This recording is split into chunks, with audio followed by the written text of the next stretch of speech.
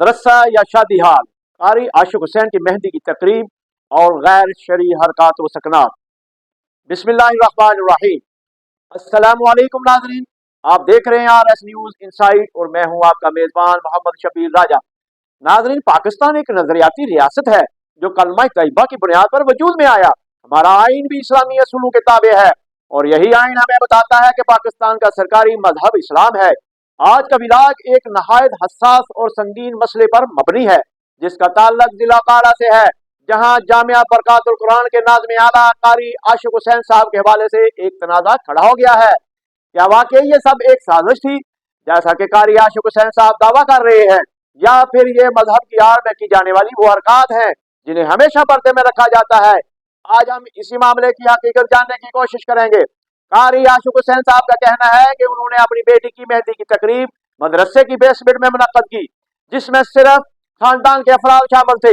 इनका दावा है कि किसी बड़े मेहमान को मदऊ नहीं किया गया था और तकरीब में कोई गैर शरई काम दानिस्ता तौर पर नहीं किया गया। ताहम इनका कहना है कि इनके मुखालफिन ने एक साजिश के तहत मांगने वाली खवातीन को अंदर भेजा, जिन्होंने वहां नाचना शुरू कर दिया, जबकि डीजे साउंड वाले ने गाने चला दिए।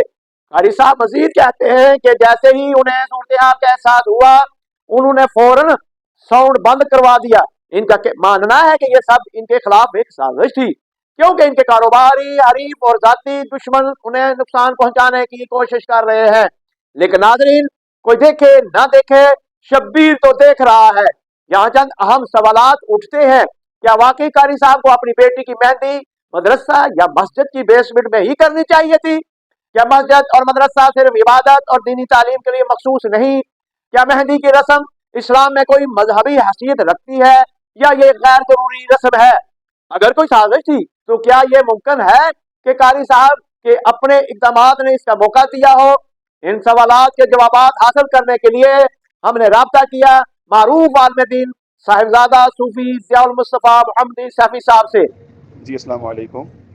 ये शादी के हवाले से हदीस मुबारका अन निकाहु मिन सुन्नती, कि निकाह मेरी सुन्नत है। फमन रग़िब अन सुन्नती फलैसा मिन्नी, और जिसने मेरी सुन्नत से मुंह फेरा वो हम में से नहीं। यानी कि वसाइल होते हुए और सेहत होते हुए जिसने इस सुन्नत को ना अपनाया तो वो फरमाया गया वो हम में से नहीं है। यानी ताकीद और तलकीन तवज्जो दिलाने के लिए ये हुक्म फरमाया गया, क्योंकि अन निकाह निस्फुल ईमान, निकाह निस्फ ईमान है।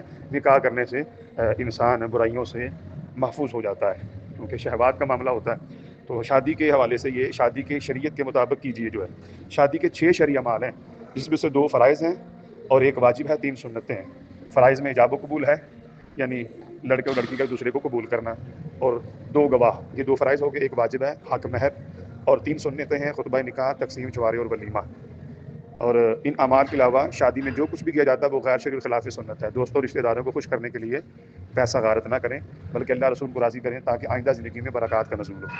नाज़रीन, अल्लामा साहब ने हमें इस्लामी नुक्ता नज़र से ये वजाहत दी कि शादी की तकरीबात में मेहंदी का कोई मजहबी सबूत नहीं और ऐसी रसूमात इस्लामी तालीमात के खिलाफ जा सकती हैं, खास तौर पर जब वो मस्जिद या मदरसे में मुनक्कद की जाएं।